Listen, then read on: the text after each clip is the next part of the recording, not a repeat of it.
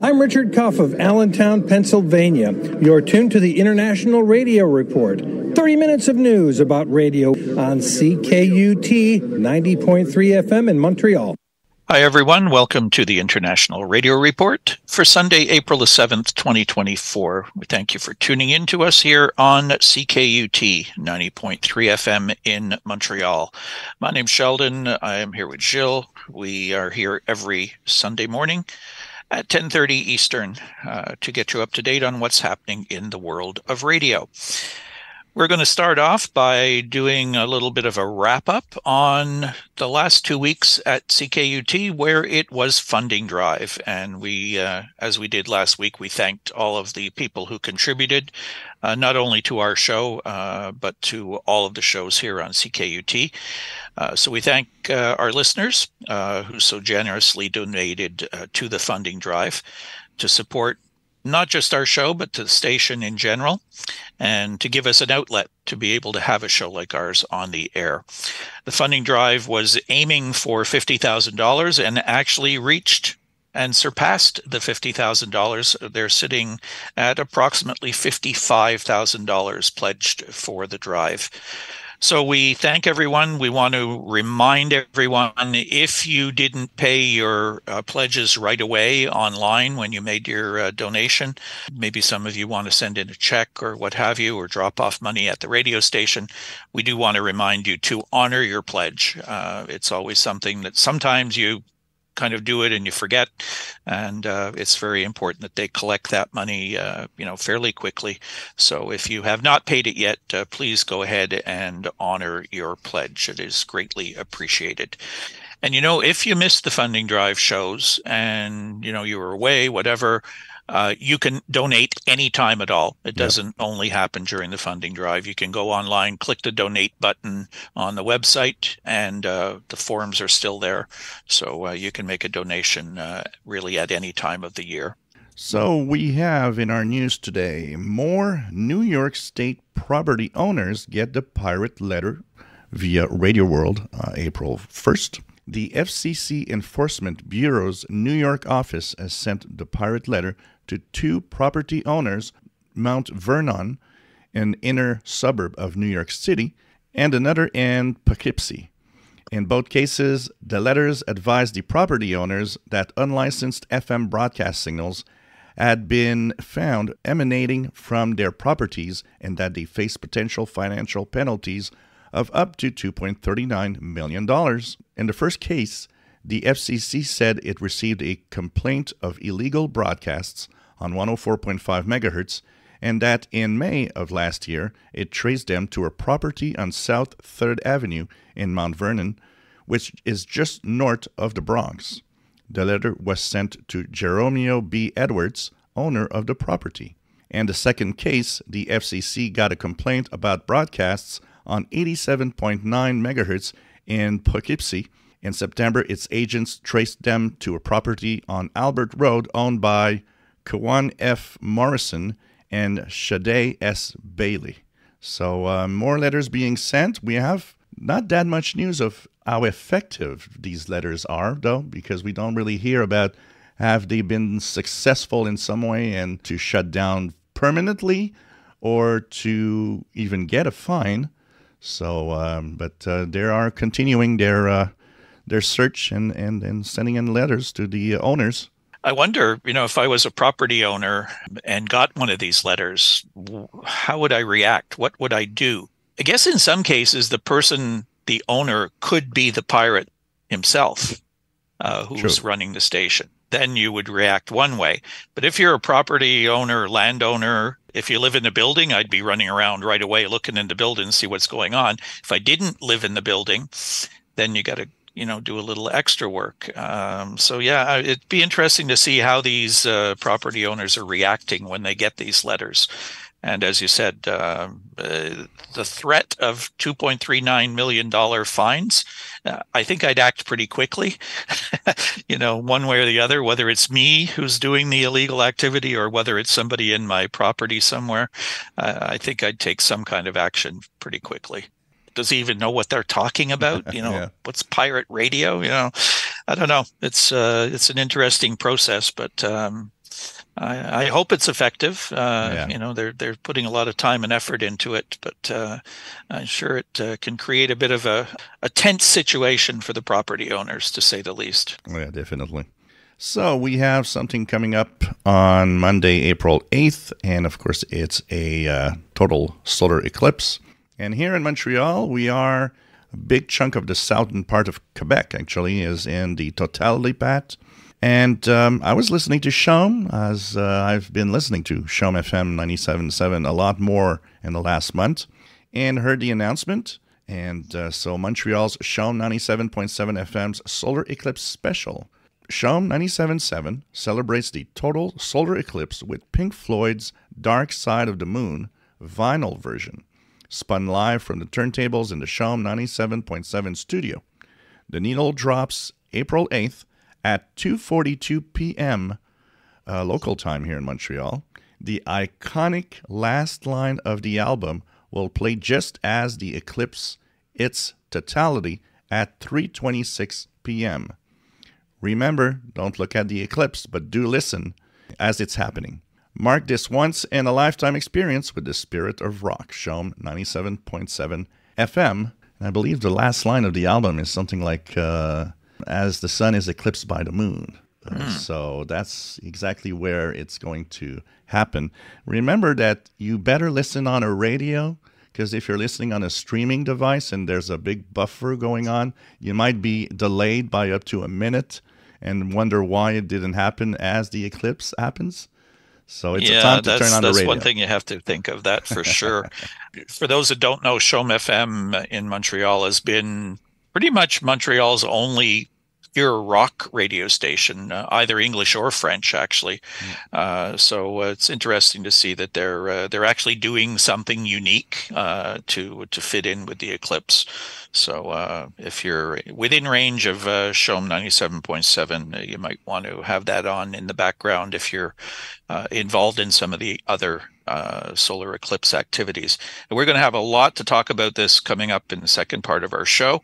Tying it in nicely, though, Gilles, you're going to talk about what's happening with the sun now before it gets blacked out for a few minutes on Monday. Yep, absolutely. So one of the first things that happens this week is how quiet suddenly the sun is. Solar activity has dropped to low levels as the sun turns nearly spotless. At one point, we almost thought there would be a day without any spots, but it didn't happen. The big sunspots that were dangerous from last week are gone. They're on the other side of the solar disk. But most of the sunspots that are on the sun right now are small, pretty stable. We're expecting, still good conditions. It's still not solar minimum. There's still activity. There's some sunspots there. And the bands are pretty good.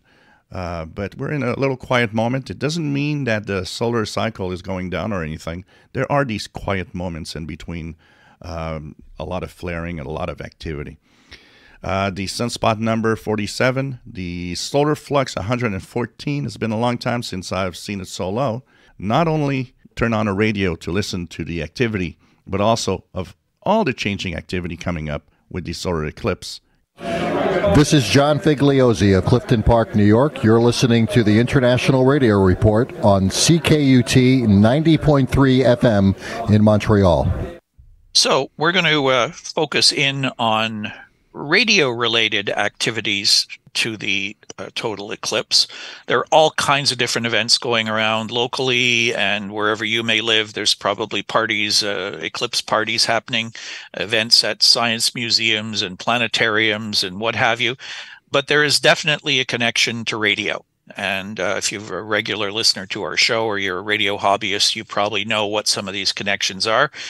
If you're not quite sure, we're going to talk about some of the basic things that are going on. But there's one unique thing that I came across in an article in RadioWorld by Nick Langan.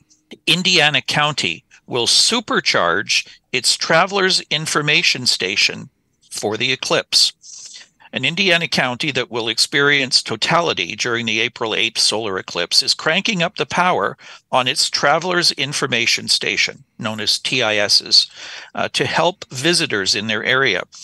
Morgan County operates a TIS station, WQSI 562, on 1700 kilohertz AM from the county seat in Martinsville. The entire county lies within the path of totality. Martinsville will see more than 4 minutes of darkness, amongst the longest in the Hoosier state, and the county website is providing extensive information for the expected rush of visitors. As required under Part 90 of FCC rules, the Travelers Information Station normally runs at just 10 watts. But for the period of April 1st to the 15th, the county requested special temporary authority to increase transmit power to 100 watts and to raise the antenna to 72 feet. The normal maximum is 49 feet. The commission granted the temporary license, and it is said a total solar eclipse meets the criteria for a temporary, non-recurring service where regular authorization is not appropriate. The station will provide a location and details of free events and viewing sites throughout Morgan County, said Abigail Worth, Morgan County EMA Director. Worth said the announcement on the TIS will also include eclipse viewing safety tips, traffic and travel reminders, and information on other methods for receiving updates pertaining to the county. They'll also have the ability to update the station's announcements in real time. The county anticipates hundreds of thousands of motorists traveling through on April the 8th. It said the existing TIS would not be able to cover all of the stretch of the Interstate 69 that traverses the county, as well as State Route 67. Information Station Specialist is Morgan County's supplier of the electronics, antenna, and transmitter. The company also helped prepare for this application. ISS is providing an ASP ISIS ASM 100 AM transmitter and producing the eclipse announcements that will be heard on the station. When the gridlock that occurred not so far from the region during the 2017 solar eclipse, including the neighboring Kentucky, the county sees the value of having a TIS station for an event like the eclipse. So TIS stations, low-powered, we sometimes can hear them if you're really close to them. Yep. This may become a bit of a DXer's opportunity with a TIS station on 1700 kilohertz, jumping its power up to 100 watts. Coverage should be quite a bit further, and especially during the period of peak darkness, the signal will travel even further. So if you're in that area, you might want to have the radio tuned to 1700 because you might be hearing something that you've not heard before. Yeah, and if you're not in that area, but not that far and within the totality path somewhere, it might be an interesting target to try on 1700 at the same time. Yeah, there could be other things, just that you don't normally hear that might be popping up. This is one particular station that's doing something about it. We haven't heard of others doing a similar type of thing, but who knows? There's a lot of things going on out there. We're going to talk a lot about probably the rest of our show today, talking about the connection of radio and the solar eclipse. And I guess we should start with that. Why is there a connection? What are the radio people so excited about? So one of the things that happens with the solar eclipse, we know that there are patterns in propagation of radio signals that go with day and night. And when there's a total solar eclipse, the path of totality, where it's dark, temporarily the ionosphere that reflects radio signals will change. A little bit like if we were going into sunset and darkness, but just for a short time. And the other interesting part of it is as the eclipse path of darkness moves on the surface of the Earth, that pattern will shift following the darkness path. So it's going to be interesting to tune around the bands because there might be signals that get weaker, stronger, some that maybe are not there usually in the daytime, but suddenly will appear in that few minutes of totality. And you don't have to be within the path of totality absolutely to enjoy this. You can be outside of it and still enjoy some of the propagation that goes through it. So it's important to maybe visualize just a little bit where the totality is on a map compared to where you are located to maybe set some targets of where you want to try. One thing that definitely will happen is there because we only pick up these long-distance AM signals in darkness at night, there are a number of stations that are called daytime-only stations that broadcast throughout the daylight hours and then have to shut down at sunset because they're protecting the coverage of other clear channel stations, for example, that cover wider areas at nighttime. But with darkness coming in the middle of the afternoon, those stations will still be on the air that are normally there during the daytime, but their signals don't get out that far. Now it will be nighttime conditions, and those stations' signals may travel much further than they normally would during normal daytime hours. So those could be targets for you to look for as well. You may not even be very far away from some of those stations that are too far for you to hear during daylight, but they might be heard if they were to stay on at nighttime. So that's something definitely for medium wave AM station DXers to be looking for.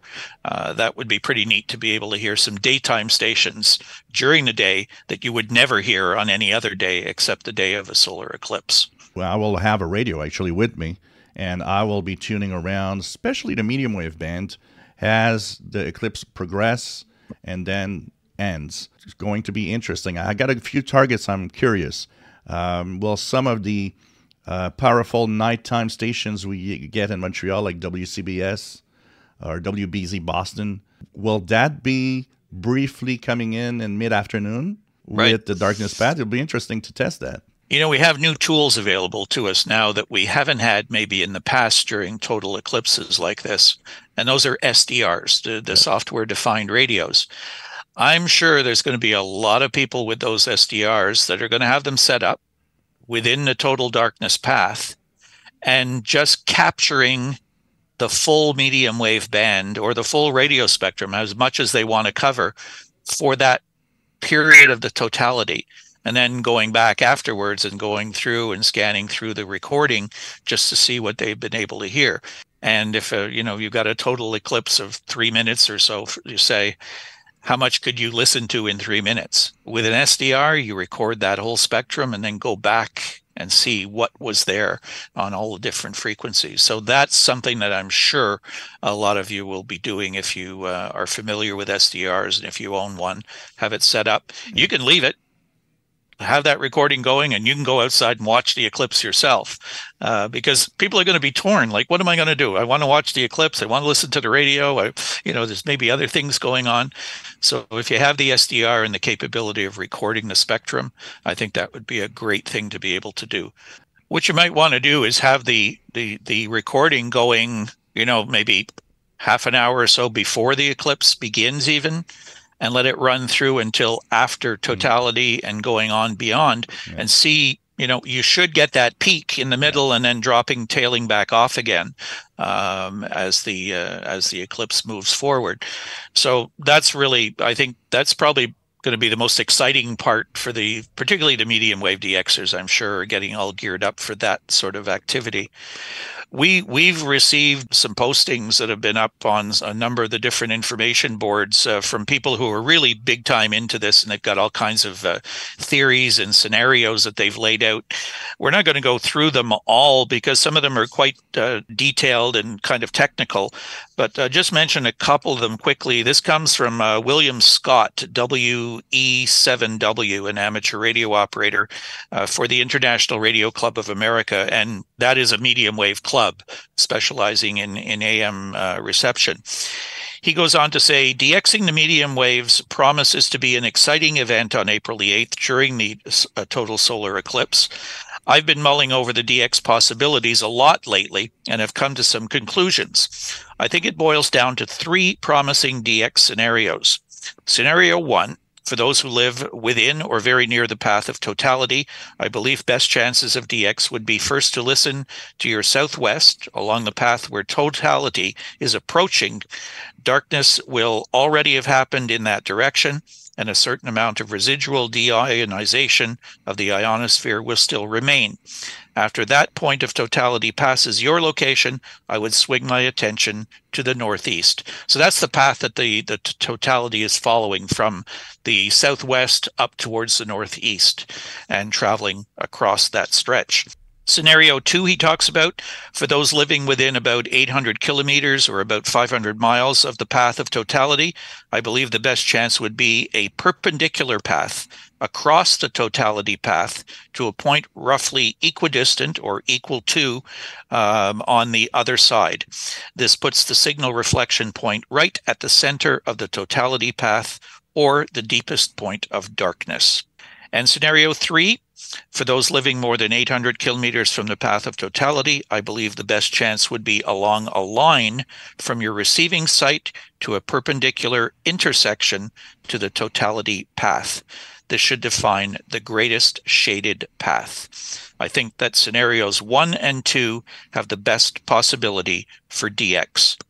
And he just quickly goes on to say, across the U.S. and Canada, from its entirety at Texas to its exit through northeast Canada and into the Atlantic Ocean, the totality path width varies from a maximum of 199 kilometers at U.S. entry point to about 160 kilometers at the Atlantic exit, or 123 to 99 miles.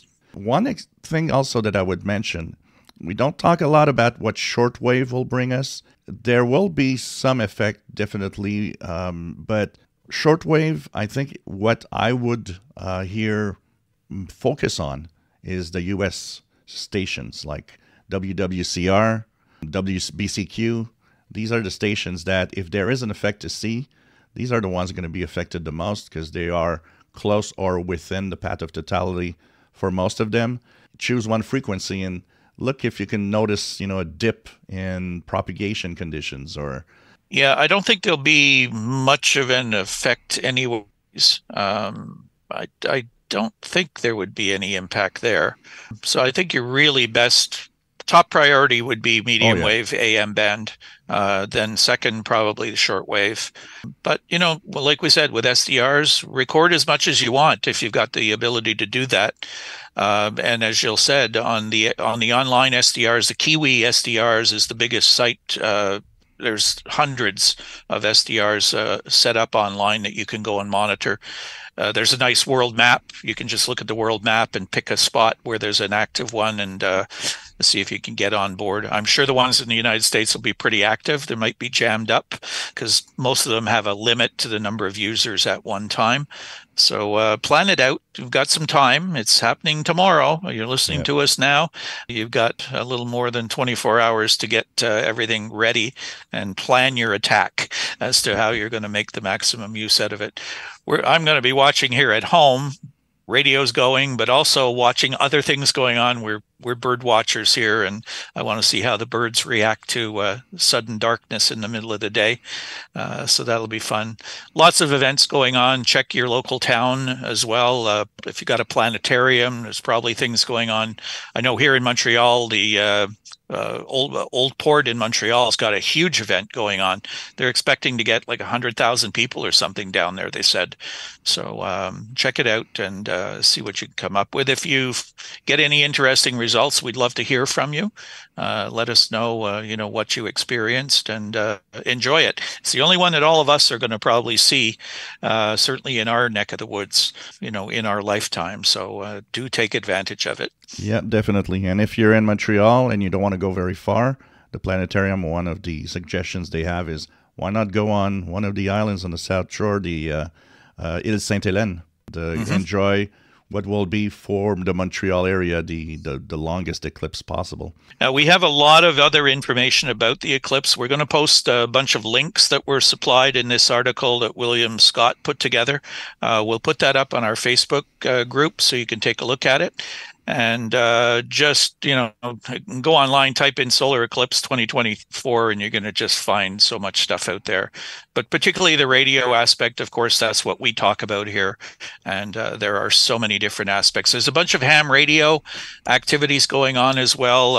Ham Psi is an organization of volunteer citizen scientists and professionals who study the upper atmospheric and space physics. They're doing all kinds of special experiments going on during the eclipse as well. So the aftermath will be interesting to read up on everything that was discovered. We have so many new tools available to us now that maybe we didn't have the last time around. So it'll be interesting. So many people probably wonder, why do we do this solar weather stuff every week on this show? The connection between the effects of the sun on communications on our planet, just amazing. Wow. You probably, we barely scratched the surface of the research that's being done out there. But just imagine when the sun isn't there to do what it does normally, how things change suddenly, even if for just a few minutes. We've got to take advantage of this happening in our lifetime. And I think we're fortunate to understand it a little bit more ourselves with the radio aspect of it. So we hope you have fun with it and try it out if you've never done it before. It's going to be a really interesting day, and I hope you have clear skies wherever you might be. Yep. So we have upcoming ham radio contests. It is going to be a busy weekend, a number of events taking place next weekend in the ham radio world. First off, organized by the Japan International DX Contest Group, is the Japan International DXCW Contest, 0700 April 13th to 1300 Zulu April 14th. And the objective there is for amateurs around the world to contact Japanese hams in as many of the Japanese prefectures and the JD1 islands owned by Japan as possible, and for amateurs in Japan to contact DX stations in as many of the DXCC countries and zones around the world. So the mode is CW, and the bands are all the major HF ham bands, 80 meters, 160 meters actually, through 10 meters.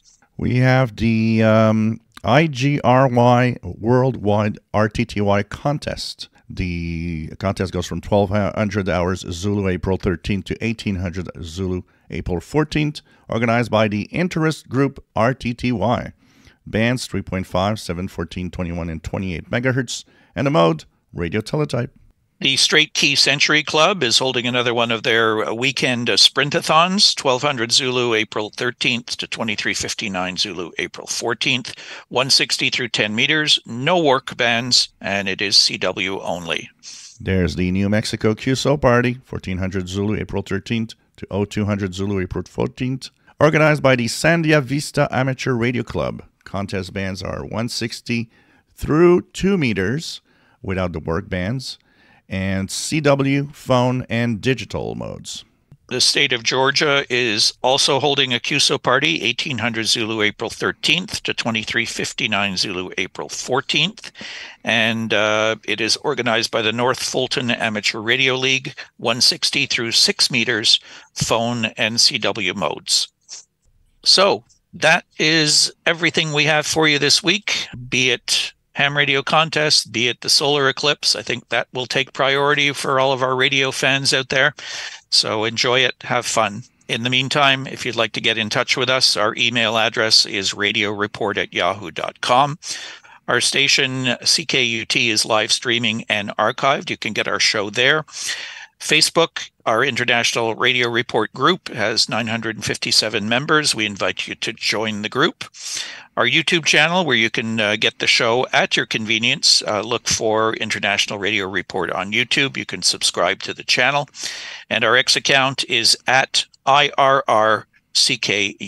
We invite you to follow us there. Have a great week. Have a great solar eclipse day tomorrow. And we'll talk to you again next Sunday here on CKUT 90.3 FM with the International Radio Report. Bye-bye, everyone.